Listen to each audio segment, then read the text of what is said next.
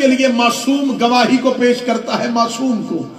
بعض اوقات حجت جو ہے، لفظ سنیے گا، حجت اتمام حجت کے لیے جب سارے اسباب جتنے میسر ہوں وہ کر دے تو اس کے بعد کسی معصوم کو گواہی کے لیے پیش کرتی ہے. اس کا مطلب ہے قرآن نے معیار دے دیا ہے کہ حجت اگر کسی کو میدان میں لے کے آئے اور وہ بچہ ہو تو اس کی کم سنی میں نہ جانا، یہ دیکھنا پیش کون کر رہا ہے. جیسے کہ مریم کو عیسیٰ کی گواہی نے بچایا، یوسف کو جھولے میں لیٹے ہوئے بچے کی گواہی نے بچایا، حسین علیہ السلام آخر میں لے کے آئے ہیں علی اصغر کو. یہ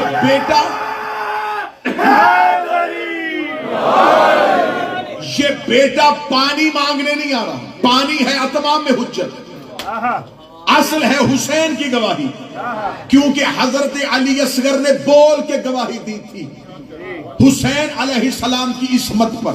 اس کا مطلب شہزادہ علی اصغر ہے وقت ودا. کیونکہ میں نے یہ مضمون اس لیے شروع کیا ہے، حساس ترین مضمون ہے، منبر کی تاریخ اس کے ساتھ وابستہ نہیں، مجھے آپ کی خاموشی واری میں ہے لیکن سنیے گا ضرور. جناب علی اصغر نے بالکل آخری وقت حسین ابن علی کی بول کے گواہی دی. یہاں بچہ اور کم سنی نہیں دیکھنی، یہاں پیاس کی شدت نہیں دیکھنی، یہ نہیں دیکھنا کہ معاذ اللہ اتنے پیاسے تھے کہ شدت پیاس کی وجہ سے میدان میں آ گئے. اسماعیل نے ایڑیوں سے زمزم نکالا تھا اور یہ فخر اسماعیل ہے.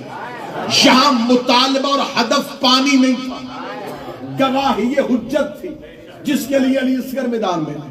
معصومہ بنت الحسین گئی شام میں، اس نے جا کے دی سجاد کی عصمت کی گواہی.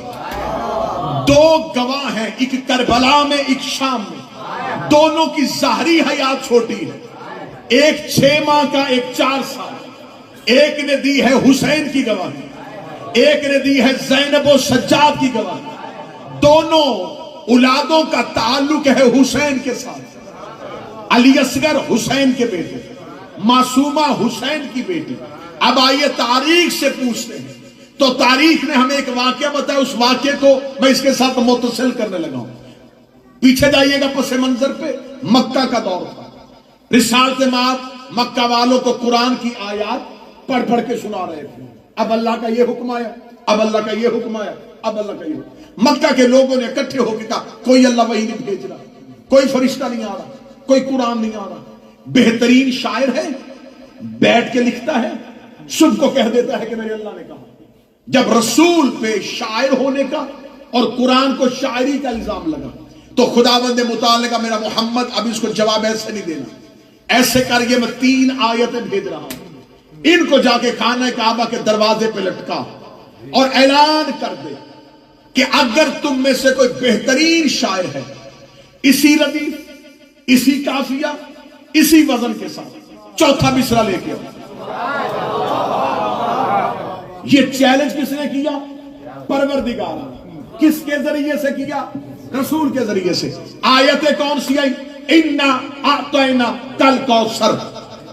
جو شاعری کا مزاج سمجھتے ہیں ذرا پروردگار کا ہے، اِنَّا أَعْطَيْنَا كَالْكَوْثَرَ فَصَلِّ لِرَبِّكَ وَانْحَرْ إِنَّ شَانِئَكَ هُوَ الْأَبْتَرُ.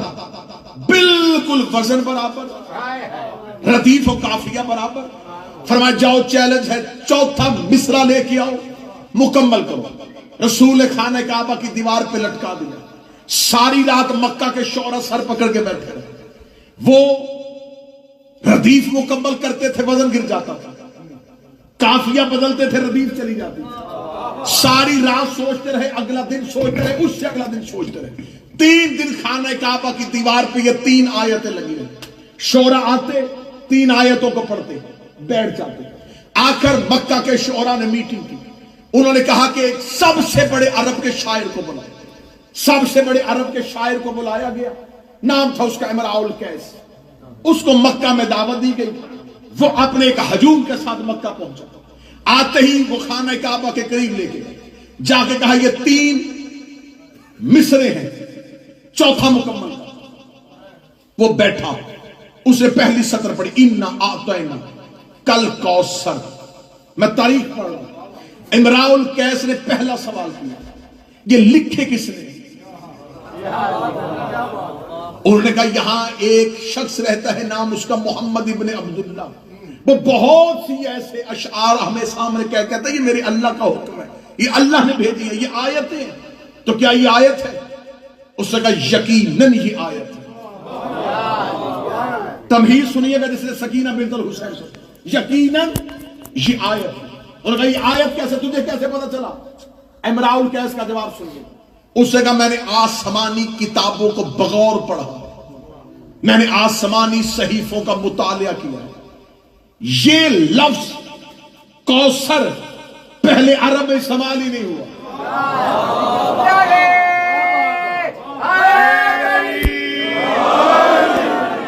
اتنا پاک اور پاکیزہ لفظ تھا، یہ عربوں کے ہاں یہ رواج ہی نہیں ہے، اتنا عزت والا لفظ عرب میں پہلے استعمال نہیں ہوا۔ اب وہ سر پکڑ کے بیٹھا، اِنَّا أَعْطَيْنَاكَ الْكَوْثَرَ فَصَلِّ لِرَبِّكَ وَانْحَرْ إِنَّ شَانِئَكَ هُوَ الْأَبْتَرُ۔ اس نے کاغذ قلم اٹھایا، اسے چوتھا مصرع لکھ دیا، ما ھذا کلام البشر۔ کافیہ بھی وہی، زمین بھی وہی، وزن بھی نہیں گرا، شعر لکھ دیا، ما ھذا کلام البشر، یہ کسی بشر کا کلام نہیں ہے۔ چیلنج پورا کیا لیکن شکست کے ساتھ،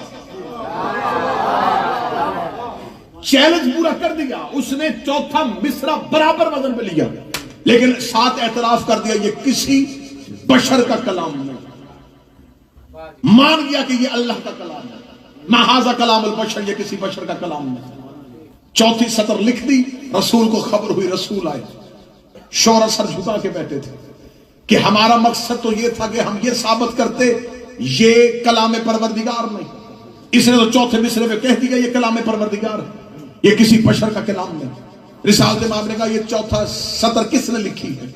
کہا امراء القیس نے لکھی تھی۔ رسول نے ہاتھ پکڑا، رسول ہاتھ پکڑ کے خانہ کعبہ کے باہر لے کے گئے، رسالت امام نے بٹھا کے کہا تو نے دی ہے قرآن کی عزت کی گواہی، تو نے مکے میں دی ہے قرآن کی صداقت کی گواہی، تو نے مکہ میں قرآن کی صداقت کی گواہی دی ہے، تو وزن مکمل کر چکا تھا، تو اپنی مرضی سے بھی شعر لکھ سکتا تھا لیکن تو نے اللہ کی ربوبیت میں اور قرآن کی صداقت پہ گواہی دی۔ اب مانگ کیا مانگتا ہے؟ امراء القیس نے مصطفیٰ کے قدموں پہ ہاتھ رکھے، اس نے کہا نہ انعام لینا چاہتا ہوں نہ جزا لینا چاہتا ہوں، انعام چاہتا تو یہ مکہ کے شعراء دے رہے تھے، انعام نہیں مانگتا، صرف ایک حسرت ہے وہ پوری کر دے، سفر بھی کر لیا ہے اور پڑھ بھی لیے ہیں تیرے، اب مجھے صرف اتنا بتا یہ کوثر کیا ہے؟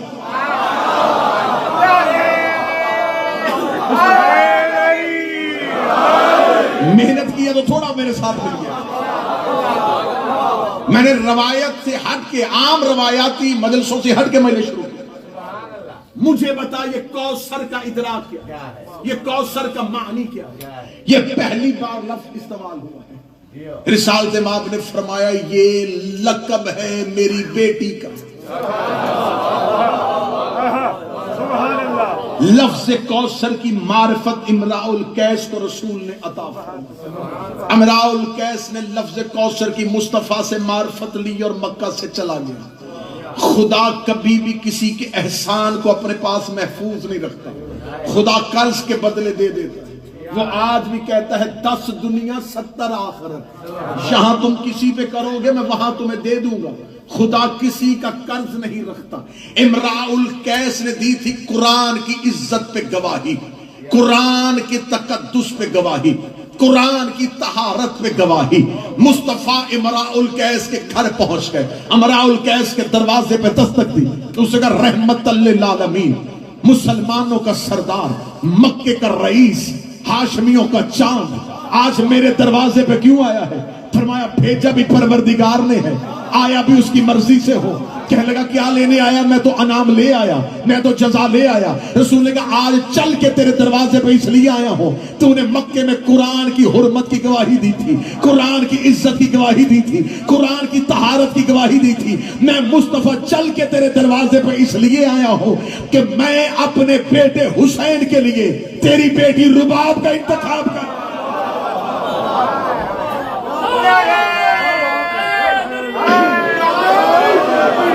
اللہ نے چن لیا ہے آسمان پر حسین ابن علی کے لیے. تیری بیٹی رباب یہ شہزادی آ گئی حسین ابن علی کے گھر. اب ذہن میں رکھنا کہ باپ نے کیا دیا تھا؟ قرآن کی گواہی. باپ نے دی تھی قرآن کی عزت میں گواہی.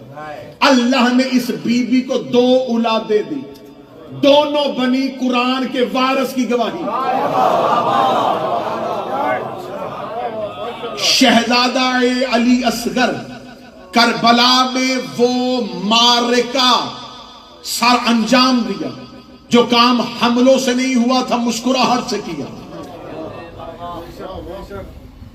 علی اصغر نے کربلا میں حسین ابن علی کی گواہی دی. اب چلی گئی یہ معصومہ سید الساجدین اور بنت امیر المومنین کے ساتھ. اب شہزادی معصومہ کا کردار کیا ہے؟ اب میں یہاں کتاب کا حوالہ کیمروں کی موجودگی میں دے لگا. کتاب کا نام اسرار الشہادہ، لکھی آقائے دربندی نے. آقائے دربندی مذہب جعفریہ کے علماء میں سے وہ عالم دین ہے جس نے اولین مقاتل میں سے مقتل کو لکھا تھا. آقائے دربندی نے اپنی کتاب اسرار الشہادہ میں لکھا کہ زینب بنت علی نے خطبہ دیا تھا دربار شام میں. پھر لفظ سنیے گا، بی بی زینب نے جو خطبہ دیا تھا وہ یزید کے دربار میں دیا تھا. سکینہ بنت الحسین نے جو خطبہ دیا وہ یزید کے گھر کے اندر دیا. آمادہ ہیں تو اب آپ آگے چلیں. اس موضوع کے ساتھ متصل ہے. میں معصومہ سکینہ کا خطبہ سنانا چاہتا ہوں. بی بی زینب بنت علی نے خطبہ کہاں دیا؟ دربار میں. دربار ہوتا ہے سرکاری جگہ. قصر یزید تھا، یزید کی ذاتی گھر اور ذاتی رہائش. قصر یزید پہ قیدیوں کو کب بلایا گیا؟ جب یزید کے گھر کی خواتین نے کہا کہ کیونکہ ہم دربار میں نہیں گئی تھی لہٰذا اہل بیت کی خواتین کو گھر بلائیں. تو اب یہاں سید الساجدین نہیں آئے، سرکار باقر نہیں آئے. یہاں پر 3 بیبیاں آئیں اور 3 بیبیوں کو جواب دیا. سامنے بیٹھی ہوئی تھی 3 عورتیں، یزید کی زوجہ، یزید کی بہن اور یزید کی بیٹی. یزید کی زوجہ ام حبیبہ، یزید کی بہن نام ہند اور یزید کی بیٹی نام عاتقہ بنت یزید. 3 بیبیوں نے خطاب کیا. ادھر بھی 3 عورتیں، 3 خواتین. ادھر سے جو 3 باعزت خواتین گئی وہ کون سی؟ جناب رباب، بی بی ام کلثوم اور سکینہ بنت الحسین. ان خواتین کو یزید نے بٹھایا تھا، انہیں زینب نے بھیجا تھا. ہر مباہلہ میدان میں نہیں ہوا، کچھ مباہلے گھروں کے اندر بھی ہوئے. میں آقائے دربندی کی کتاب سے سیدہ سکینہ کا کردار پڑھنے لگا. 3 بیویاں گئی. اب یہاں پر یزید کی بہن نے خطاب کیا گفتگو کی بی بی ام کلثوم سے. یزید کی بیوی نے بات کی جناب ام رباب سے. یزید کی بیٹی نے مخاطب کیا سکینہ بنت الحسین. اور یہاں اس ملعونہ کے بارے میں سن لینا، اس کا نام ہے عاتقہ بنت یزید. یہ اس وقت صرف بچی ہے، اس وقت ایک چھوٹی بچی ہے، لیکن اس کا تاریخ میں کردار کیا بننے والا ہے. یہ ایک ملعون کی بیٹی ہے، ایک ملعون کی بیوی بنے گی اور 9 ملعونوں کی ماں بنے گی. اس کی شادی ہوئی تھی عبد الملک بن مروان سے، جس میں سے 9 ایسے ملعون پیدا ہوئے جو آئمہ کے قاتل تھے. یہ قاتل کی بیٹی تھی، قاتل کی بیوی بننے والی تھی اور قاتلوں کی ماں بننے والی تھی، جسے جواب سکینہ دے رہی ہے. اب عاتقہ بنت یزید یوں تخت پہ بیٹھی.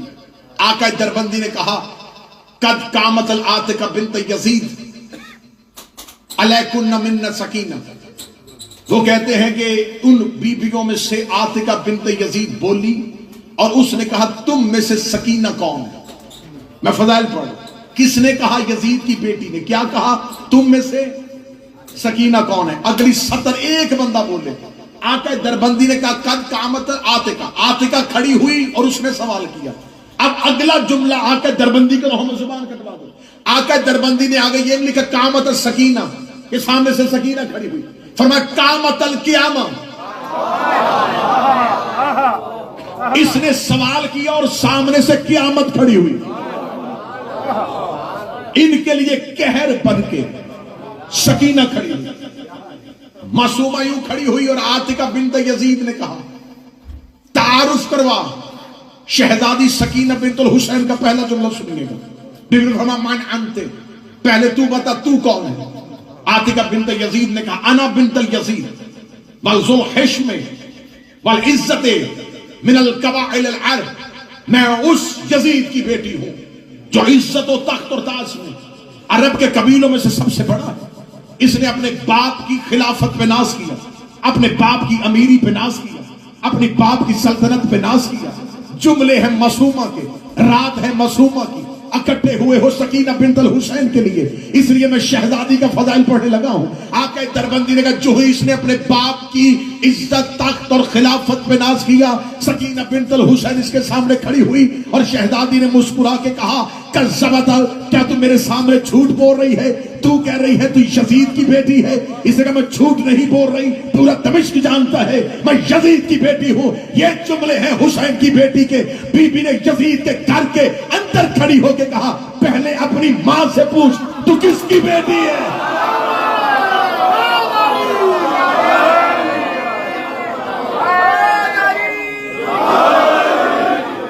پہلے اپنی ماں سے دریافت. یہ 4 سال کی بچی نہیں بول رہی.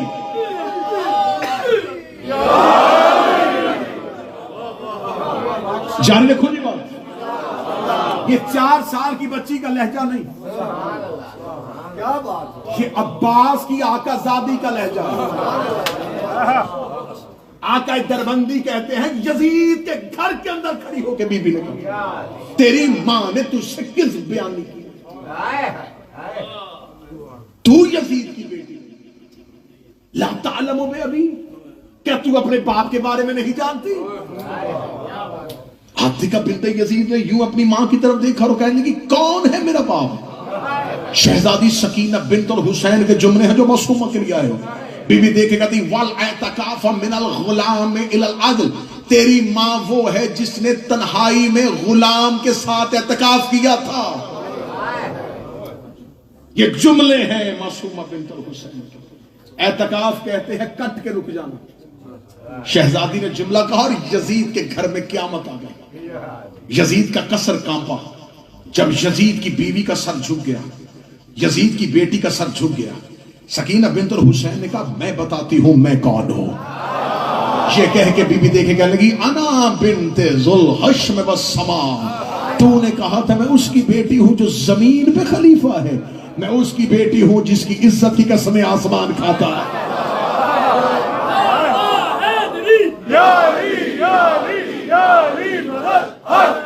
الحمدللہ الذی ہدانا، تعریف اس اللہ کی. یہ سکینہ بنت الحسین بول رہی ریت کے ذروں اور سنگریزوں کے برابر. تعریف اس اللہ کی جس نے نبوت کو ہمارے گھر میں رکھا، جس نے خانہ وحی ہمارے گھر کو قرار دیا، جس نے ملائکہ کو ہمارے دروازے پہ اتارا. حمد ہے اس پروردگار کی جس نے خانہ نبوت کا آخری چراغ ہمارے گھر میں روشن کیا. یہ کہہ کے بی بی دیکھے کہتی تو ہمارے سامنے اپنے قبیلے پہ ناز کر رہی تھی، کیا تو نہیں جانتی میں صفا کی بیٹی ہوں، میں مروہ کی بیٹی ہوں، میں مقام ابراہیم کی بیٹی ہوں، میں دانہ سبل کی بیٹی ہوں، میں مولا کل کی بیٹی ہوں، میں رحمت للعالمین کی بیٹی ہوں، میں ذریت ابراہیم کی بیٹی ہوں، میں شجرہ طیبہ کے ثمر کی بیٹی ہوں. یہ کہہ کے بی بی کہتی تعریف ہے اس اللہ کی جس نے میرے دادا علی کے ساتھ اپنی ولایت کے وعدے کو پورا کیا. اب جو بندے بی بی سکینہ سے مانگنے کے لیے آئے ہو، میں جملے پڑھ لگا حسین کی بیٹی کے. بی بی دیکھ کہتی ہے تعریف اس اللہ کی جس نے میرے دادا کو ولایت دے کے اپنے وعدے کو پورا کیا، اور تم نے اس کی ولایت کا انکار کر کے کفر کیا، کفر کیا، کفر کیا. کیا کہنے حسین کی بیٹی تو نے دربار میں کھڑے ہو کے مسئلہ حل کر دیا. جو علی کی ولایت کا انکار کرے وہ گناہ گار نہیں ہوتا، کافر ہو جاتا.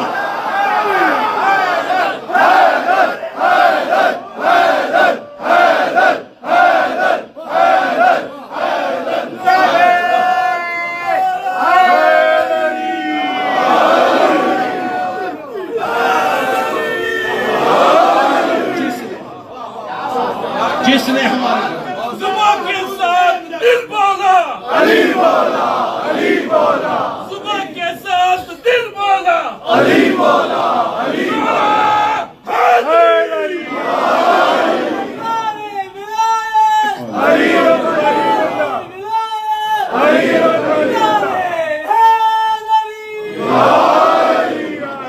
بات کروں گا حدود کے اندر، ادب سے بات کروں گا حدود کے اندر، کہ جیسے دین بسا ہے حدود کے اندر، علی کے نام کا نعرہ وہی لگائے گا، ہزار خون ہے اس کے وجود کے اندر۔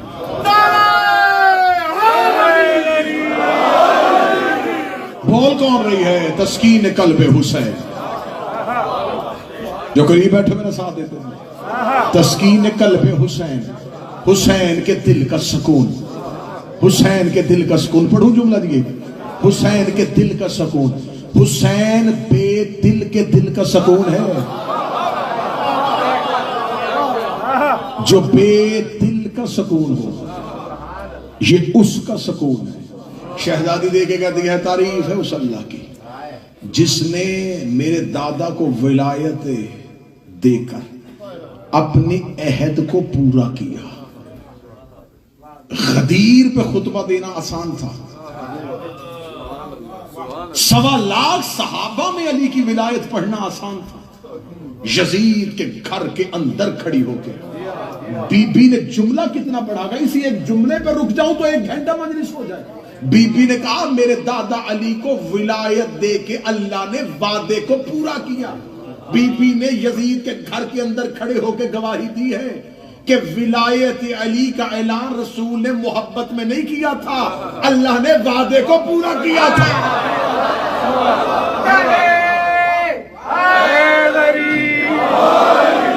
اللہ نے وعدے کو پورا کیا، اللہ نے اپنے عہد کو پورا کیا۔ ہم ہی وہ ہیں جنہوں نے پہلی بار پروردگار کا زمین پہ سجدہ کیا تھا۔ یہ نہج البلاغہ کی بیٹی بول رہی ہے۔ سکینہ بنت الحسین نے دیکھ کے کہا ہم ہیں وہ جنہوں نے زمین پہ اللہ کی اذان کو روشن کیا، ہم ہیں وہ جنہوں نے انبیاء کی محنت کو قبول کروایا۔ بی بی دیکھتی یہاں سے چند میلوں کے فاصلے پر میرے بابا حسین نے، یہ دیکھو یہ قتل پہ احتجاج بھی ہے اور باپ کی تعریف بھی ہے، یہاں سے چند میل کے فاصلے پہ خطبہ ہے سیدہ سکینہ کا، یہاں سے چند میل کے فاصلے پر میرے بابا حسین نے سجدے میں سر رکھ کے ان کی ربوبیت کو اور نبی کی نبوت کو محفوظ کر کے تمہارے باپ دادا کے شجروں سے پردہ اٹھایا۔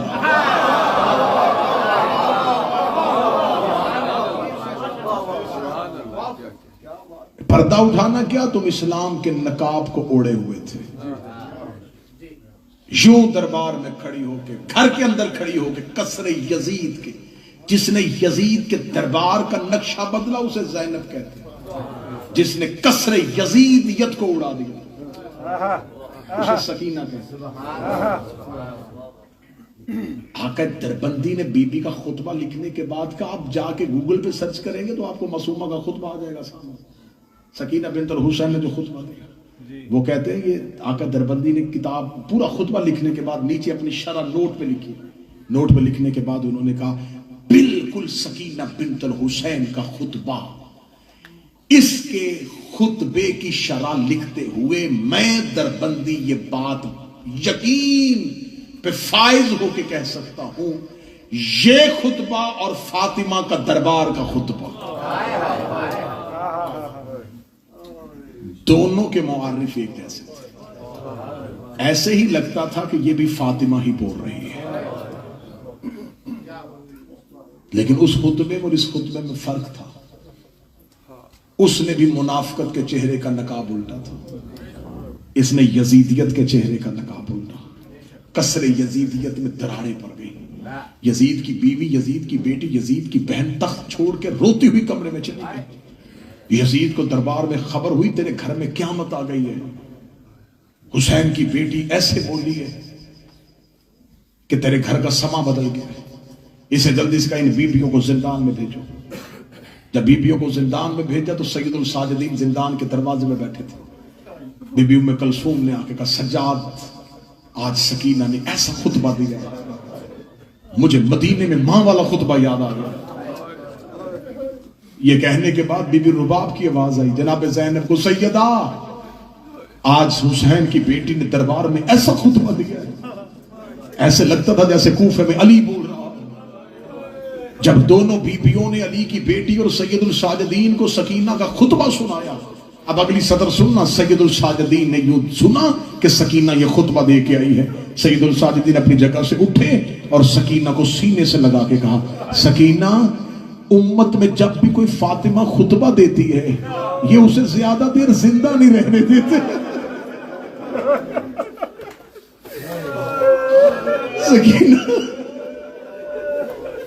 سکینہ اب سجاد ڈر گیا ہے،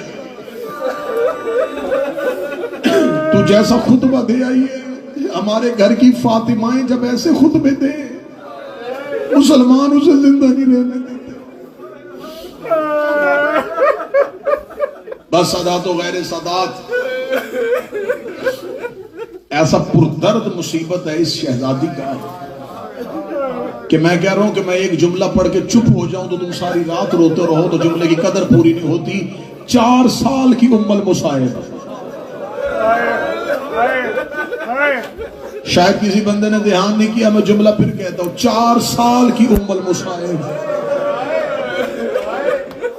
اس شہزادی کی زندگی کی سانسیں تھوڑی ہیں، مصیبتیں زیادہ ہیں۔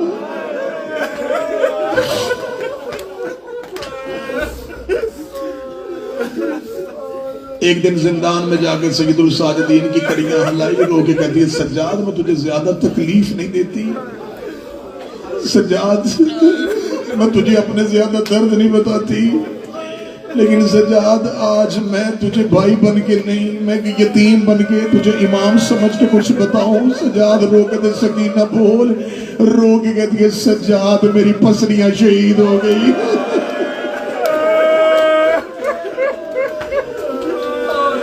سجاد اب مجھ سے زمین پہ لیٹا نہیں جاتا۔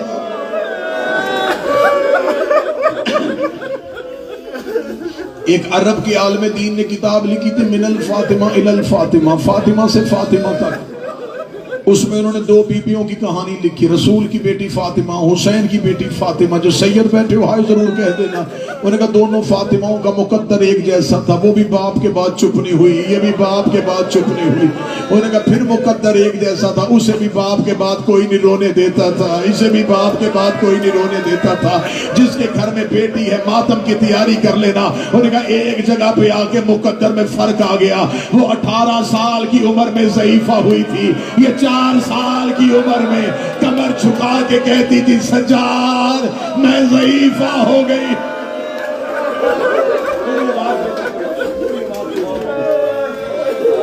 سجاد میں ضعیفہ ہو گئی، سجاد میں ضعیفہ ہو گئی ہوں، سجاد میں ضعیفہ ہو گئی ہوں۔ میں بار بار جملہ بدل رہا تھا، میں جملہ روک رہا تھا۔ میں منبر پہ ہمیشہ کوشش کیا کرتا ہوں میں مصائب کا وہ جملہ دوں جسے مومن برداشت کر سکے۔ یہ بھی نہ ہو کہ جملہ سخت ہو اور تیری آنکھ سے آنسو نہ آئے، یہ بھی نہ ہو کہ جملہ اتنا سخت ہو اور تیرا جگر پھٹ جائے۔ تم نے ماتم نہیں کیا، مجھے مجبوراً اب یہ جملہ پڑھنا پڑ رہا ہے۔ وہ 18 سال کی عمر میں ضعیفہ، یہ 4 سال کی عمر میں ضعیفہ۔ کوئی ایک بندہ تو مجمع سے پوچھے حسین کا ذاکر 18 سال اور 4 سال میں بڑا فرق ہوتا ہے، ضعیفی ایک جیسی کیسے ہو گئی؟ وہ جو 18 سال کی عمر میں ضعیفہ ہوئی تھی اسے ایک تازیانہ لگا تھا اور وہ دائیں ہاتھ سے تسبیح نہ پڑھ سکی تھی۔ یہ جو 4 سال کی عمر میں ضعیفہ ہوئی ہے 11 محرم سے لے کے شام تک شمر کے ہاتھ میں لوہے کا تازیانہ تھا، ہر موڑ پہ حسین کی سکینہ کو اتنا مارا، رو کے کہتی سجاد میری پسلیاں شہید ہو گئی۔ اجرک من اللہ، اجرک من اللہ، اجرک من اللہ۔ کھل کے ماتم کرو، حسین کی بیٹی کی شہادت کی رات۔ یہ شام کا زندان تو نہیں کہ کوئی رونے نہ دے، وہ شام تھا جہاں سجاد نے خاموشی میں جنازہ اٹھا لیا، اور تم تو حسین کے نوکر بیٹھے ہو، حسین کی بیٹی کا جنازہ مستورات میں جانا ہے، چیخوں کے ساتھ جنازہ آئے، اور میری بہنوں بیٹیوں جب سکینہ کا جنازہ آئے ایک مرتبہ منہ شام کی طرف کرنا، رو کے کہنا حسین کی بہن تو نے زندان میں اپنی یتیمہ کا لاشا اٹھایا تھا، تجھے رونے کسی نے نہیں دیا تھا، ابھی بھی دیکھ 1400 سال کے بعد ہم نے تیری سکینہ کا آنسوؤں میں جنازہ اٹھایا۔ ملاقاتیں پڑھنے دینا مجھے، میں نے فضائل مختصر کیا، فضائل بھی معصومہ پڑھا، مصحف بھی مجھے صرف معصومہ پڑھنا ہے۔ بڑا پیار کرتی تھی یہ شہزادی باپ سے، بڑا پیار کرتا تھا بابا سکینہ سے۔ میرے مولا حسین نے شب کی نمازوں میں اللہ سے بیٹی مانگی تھی، اور وہ اولاد بڑی پیاری ہوتی ہے جسے ماں باپ منتوں سے مانگے۔ میرے مولا حسین نے تہجد کی نمازوں میں کہا تھا میرے اللہ تو نے مجھے نانے کی شکل والا بیٹا دیا، میرے اللہ مجھے ایک بیٹی دے جو میرے سینے کے بغیر سو نہ سکے۔ اللہ نے بیٹی دی، حسین نے نام ماں کے نام پہ فاطمہ رکھا۔ عرب والے رقیہ کہتے ہیں، بر صغیر والے سکینہ کہتے ہیں، نام ایک ہی ہے۔ رقیہ کہتے ہیں تویز کو، سکینہ کہتے ہیں دل کے سکون کو، حسین کہتے ہیں میرا اس گھر میں دل نہیں لگتا جسے میری سکینہ نظر نہ آئے۔ 10 محرم عصر عاشور تک بیٹی باپ کے سینے پہ رہی۔ میں ملاقاتیں پڑھوں گا، شہادت نہ میں پڑھ سکتا ہوں تم سنو گے، ملاقاتیں سن لیں۔ 10 محرم کی عصر عاشور تک بیٹی باپ کے سینے پہ رہی۔ 10 محرم حسین اصغر کو دفنانے کے بعد جب بہنوں سے آخری ودا کرنے آئے ہیں، حسین مرتجز کو خیام کے اندر لے کے آئے، بیویوں نے حسین کو ودا کیا، حسین کے مرتجز نے چلنے سے انکار کیا۔ حسین کی آواز آئی مرتجز تو بھی ساتھ چھوڑ رہا ہے، آواز آئی مولا میری وفا پہ شک نہ کر، میرے سموں کی طرف دیکھ۔ حسین نے جھک کے دیکھا، 4 سال کی سیدزادی مرتجز کے سموں کے سامنے ہاتھ رکھ کے کھڑی تھی، رو کے کہتی میرا بابا نہ لے کے جانا، صبح سے جو بھی گیا ہے واپس نہیں آیا۔ حسین مرتجز کی زین سے اترے، حسین نے بیٹی کو ہاتھوں پہ لیا، حسین نے ریت کا مسلح بنایا، حسین رو کہتے میرے اللہ میری سکینہ پہ نیند طاری کر دے۔ ابھی حسین کی دعا ختم نہ ہوئی تھی یا بیٹی باپ کے ہاتھوں میں سو گئی۔ حسین نے بیٹی کا سر کربلا کی ریت میں رکھا، سوئی بیٹی کو حسین نے الوداع کیا۔ حسین مقتل میں چلے گئے، ادھر حسین گھوڑے کی زین سے گرے، گرتے ہوئے حسین کی آواز ہے میرے اللہ میری سکینہ جگا دے۔ سکینہ دروازے پہ آ گئی، رو کر دی اما فضا کوئی مجھے میرا بابا ملا لے۔ اجرک من اللہ، اجرک من اللہ۔ اما فضا کوئی مجھے میرا بابا ملا لے۔ جاؤ جا کے علماء سے پوچھ لینا یہ قتل حسین کی آخری گواہ ہے، اس نے آنکھوں سے بابا ذبح ہوتا دیکھا۔ خیمے سے چل پڑی، بی بی فضا دیکھ کے کہتی معصومہ تجھے بابا ملاؤں۔ بی بی فضا دیکھ کے کہتی ہے معصومہ رش زیادہ ہے، رو کے کہتی ہے اماں مجھے زمین پہ اتار، تو واپس خیمے جا، میں جانوں میرا غریب بابا جانے۔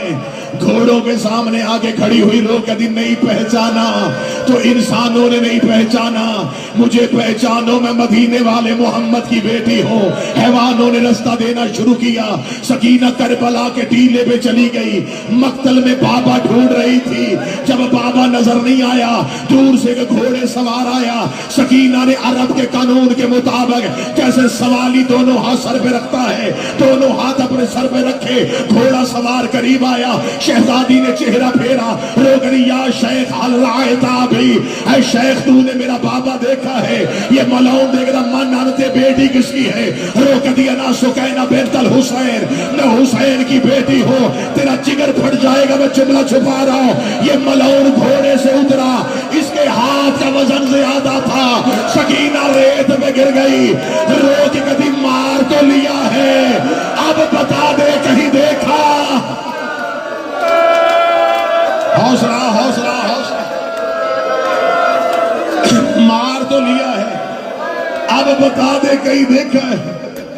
شہزادی کو مقتل میں بابے کو ڈھونڈ رہی تھی، سانس لینے کے جملے سن لا، مقتل میں بابے کو ڈھونڈ رہی تھی، لاشوں میں ڈھونڈتی ڈھونڈتی وہاں پہنچی جہاں حسین سجدے میں تھے، اور سجدے میں سر رکھ کے حسین نے اللہ سے وعدہ کیا، ترکت الخلق تر من ہوائک، تیری محبت میں میں ہر محبت بھول گیا۔ ادھر حسین نے امتحان کا سجدہ شروع کیا، ادھر سینے پہ سونے والی بیٹی قریب آ گئی، میں جملہ چھپا کے پڑھوں گا ماتم کر دینا۔ بیٹی نے باپ پاؤں سے پہچانا، جس نے ماتم نہیں کیا تیرا مقدر ہے۔ بیٹی نے بابا پاؤں سے پہچانا، پاؤں پہ مہر رکھ کے کہتی مدینے والا حسین تو ہے، مہر نبوت کا سوار حسین تو ہے۔ بابا سجدے سے سر اٹھا، بابا دیکھ تیری بیٹی تجھے ملنے آئی ہے۔ جیسے حاجی کعبے کا طواف کرتے ہیں، سکینہ بابے کا طواف کرتی رہی۔ حسین نے سجدے سے سر نہ اٹھایا، 57 سال کا باپ تھا، 4 سال کی سیدزادی تھی، بابے کا ہاتھ پکڑ کے رو کبھی چل گھر چلے شام ہو گئی ہے، چل گھر چلے شام ہو گئی ہے، چل گھر چلے شام ہو گئی ہے۔ بابا تیری بہنیں دروازے پہ تیرا انتظار کر رہے۔ جب مولا حسین کا سر سجدے سے نہ اٹھا، چند قدم پیچھے ہٹی، رو کے کہتی چل سکینہ واپس چلے، اجڑے ہوں کو کوئی نہیں پہچانتا۔ 7ویں قدم پہ سکینہ گئی تھی، یا کربلا میں زلزلہ آیا، عرش الہی ہلنا شروع ہوا، حوروں نے تاج پھینک دیے، آواز پروردگار آئی حسین واپس بلا لے۔ حسین میں اللہ راضی ہو گیا، حسین نے سجدے سے سر اٹھایا، آواز آئی آ سکینہ، رو کے کہتی پہلے کیوں نہیں بولا؟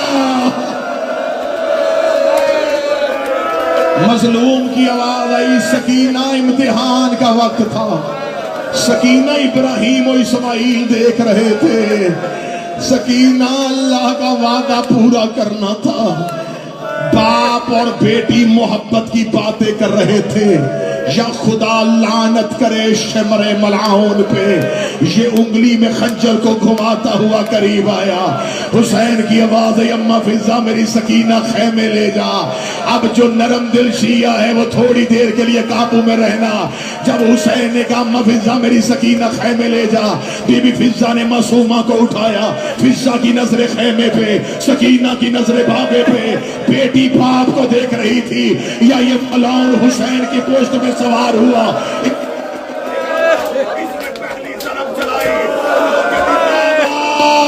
میرا 3 دن کا پیاسا، اس نے دوسری طرف چلائی، رو کے کہتی میرا مظلوم بابا، اس نے تیسری طرف چلائی، رو کہتی عباس کی موت کا مارا ہوا ہے، اس نے چوتھی طرف چلائی، رو کہتی اکبر کی موت کا مارا ہوا ہے۔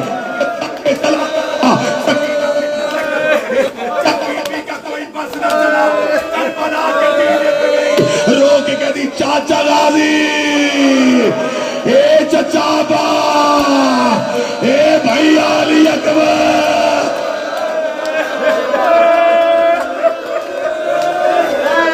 چچا عباس، اے بھائی علی اکبر، اٹھو میرے شیرو، میرا بابا غریب ہو گیا۔ شہزادی ٹیلوں پہ ایسے دوڑی جیسے اسماعیل کے لیے ہاجرہ دوڑی تھی۔ جب معصومہ ٹیلے سے نیچے اتری، ماتم کی تیاری کرنا، جب معصومہ ٹیلے سے نیچے اتری، جہاں باپ چھوڑ کے گئی تھی وہاں پہنچی تو دھڑتا سر نہیں تھا۔ بی بی نے دیکھا قاتل سرے حسین کی زلفوں میں ہاتھ ڈال کے سرے حسین کو لے کے جا رہا تھا، پیچھے چھوٹے چھوٹے قدم چلائے، یہ دیکھ کے کہتا بچی میں نے تیرا بابا مار دیا، اب میرے پیچھے کیوں آ رہی ہے؟ رو کے کہتی مار تو لیا سر مجھے دے دے، میں بابے کی آنکھیں بند کروں، میں بابے کا لہو صاف۔ حوصلہ حوصلہ۔ پہلی ملاقات سنی۔ اب یہ ملاقات وہ تھی جس میں بیٹی باپ سے ملنے آئی تھی۔ سنی ملاقات، یہ وہ ملاقات تھی 10 محرم کی جس میں بیٹی باپ سے ملنے آئی تھی۔ اب اگلی ملاقات پڑھوں گا جب باپ بیٹی سے ملنے آیا۔ بس بابا مارا گیا، اے سادات و غیر سادات، باپ چلا گیا نیزے پہ، بیٹی آ گئی رسیوں میں، سارے رستے بیٹی بابے کے سر کے ساتھ چلی، جہاں سر حسین کا نیزہ رکتا اس نیزے کے نیچے آ کے بیٹھ جاتی۔ قاتل کہتے بچی یہاں سے اٹھ، رو کے کہتی میں سائے میں نہیں بیٹھوں گی، مجھے بابے کے سر کے نیچے سے نہ اٹھاؤ۔ ہر گزرتے ہوئے سپاہی کو دیکھ کے کہتی میں اس کی بیٹی ہوں، یہ میرے بابے کا سر ہے، یہ میرے بابے کا سر ہے۔ سارے رستے بیٹی باپ سے باتیں کرتی رہی۔ شام میں پھر ایک ایسا موقع آیا جہاں سر حسین چلا گیا صندوق میں، بیٹی چلی گئی زندان میں، راتیں گزر گئی زیادہ، بیٹی کو باپ کا سر نظر نہیں آیا، رو کے وہاں آئی جہاں زینب بنت علی بیٹھی تھی، رو کے کہتی پھوپھی زینب میں نے مدینے سے لے کے اب تک کوئی سوال نہیں کیا، بی بی میں ہر ظلم برداشت کرتی رہی، پھوپھی زینب کوئی طریقہ کر مجھے میرا بابا ملا دے، میں نے کئی راتوں سے اپنا بابا نہیں دیکھا۔ سیدہ زینب کی آواز آئی سجاد ان ظالموں سے کہہ تھوڑی دیر کے لیے سر حسین دو۔